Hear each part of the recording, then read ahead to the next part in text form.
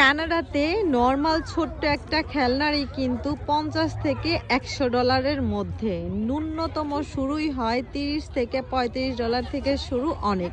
তো সেই ক্ষেত্রে এই যে সুন্দর সরকারের থেকে সুন্দর করে বাচ্চাদের জন্য খেলনাগুলো লাগিয়েছে এই যে, আর এগুলো কিন্তু খুবই মজবুত, বড়রাও খেলতে পারে, ছোট বাচ্চারাও খেলতে পারে। এগুলো কিন্তু অনেক বেশ ভালো মানেরই টাকা খরচ হয়েছে, মানে ডলার খরচ হয়েছে বেশ। তো কমপক্ষে মনে হচ্ছে যে এক একটা $300, $400, $500 এক একটা খেলনা। তারপরও দেখেন খোলা আকাশের নিচে কত সুন্দর করে দিয়েছে। আর জাস্ট এত টাকা খরচ করে কানাডা থেকে, সরকার থেকে, গভর্নমেন্ট থেকে যে এগুলো খরচ করে দিয়েছে কেন সেটা কি জানেন?